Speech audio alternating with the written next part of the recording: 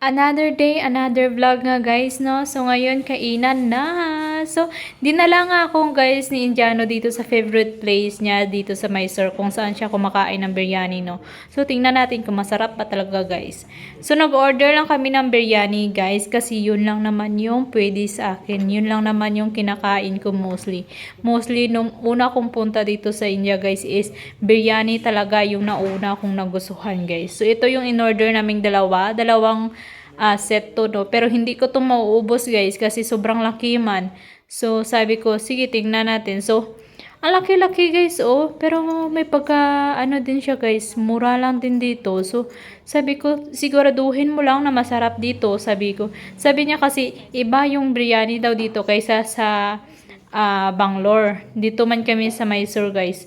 So sige, tingnan natin. So sobrang dami yung isang ganito guys, isang order.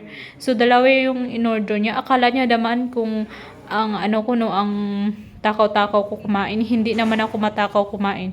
Tapos hindi ko to namalayan guys na tinakpan niya pala yung kamera ko ng aking water bottle. So ayan, pag nakikita ko to maiinis na naman ako sa kanya. So nilagay ko na. So kunti lang kinuha ako guys, 'di ba? So, kung napapansin nyo, sabi ko na inis na ako sa kanya. Kasi, bakit mo tinakpan yung aking camera? Sabi ko ganun sa kanya. Tapos, kinuha niya yung sa akin.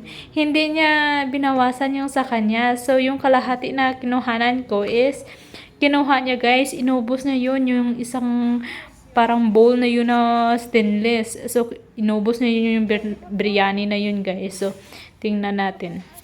Naghahanap ako guys ng fork, no? Kasi ayaw ko magkamay guys. Kahit naghugas naman ako ng kamay, no? Pero ayaw ko pa rin maghugas ng kamay. Sabi niya, wala ditong tinidor, sabi niya.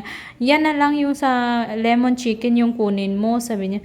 Sabi ko, kuha ka, magtanong ka. Sabi niya, wala nga dito. Sabi niya, o baka ayaw niya lang talaga guys ako na bigyan ng ng tinidor guys. Kasi kutsara lang naman. So, paano ko to mahiwa-hiwa yung manok guys?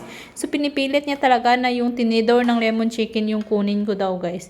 So, wala akong choice guys. Kundi kunin na lang yung tinidor ng lemon chicken.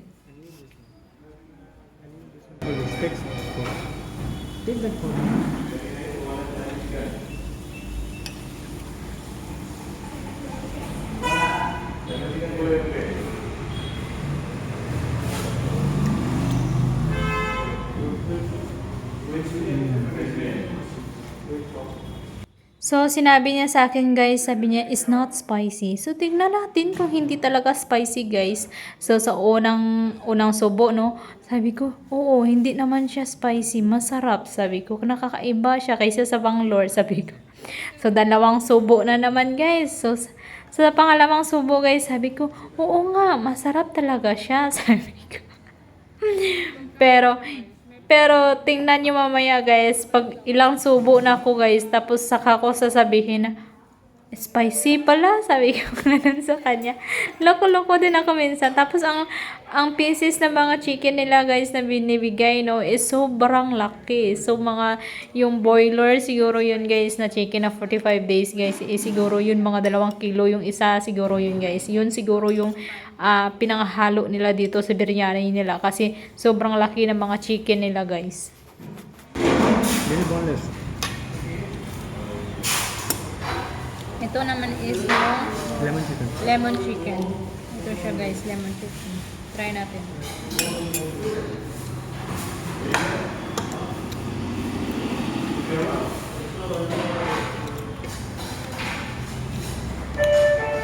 It's good. Ang sarap siya guys. Maasim siya. Parang may lemon talaga. Pero ang saklap kasi is meron parang may ano ko dito. Parang We'll have lemon may cake. scratch ako dito sa taas ng ano ko, kaya parang masakit siya kapag pero masarap siya guys, maasim-asim. Ano yun? Maasim-asim na, maasim-asim siya na medyo may pagka-spicy.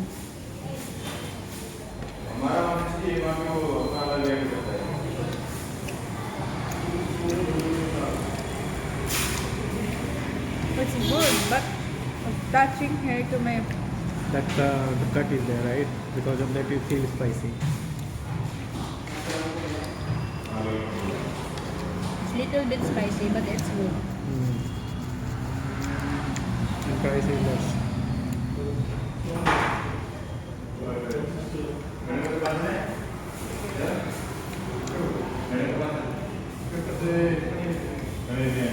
Guys, gutom naman talaga yung lola nyo dito, no? O yung Pinay nyo dito sa India, sa kakagala. Kaya, ang laki-laki ng subo ko sa aking bibig, guys.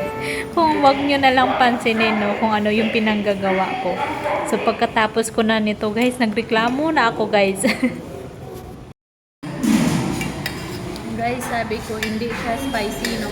Pero habang tumatagal na kumakain ka is, umaanghang na siya. Masarap kaso siya, kaso kapag matagal-tagal ka nang kumakain, kung mararamdaman mo na yung anghang. Pero ngayon parang tutulo na yung sipon ko, guys. Ito na yung kinain ko, guys, oh. Kalat. Grabe, gustong-gusto ni Indiano talaga to, guys. Grabe, huh? Grabe. I know the meaning of grabe. If you see something surprising, grabe. If it is so much, this grabe.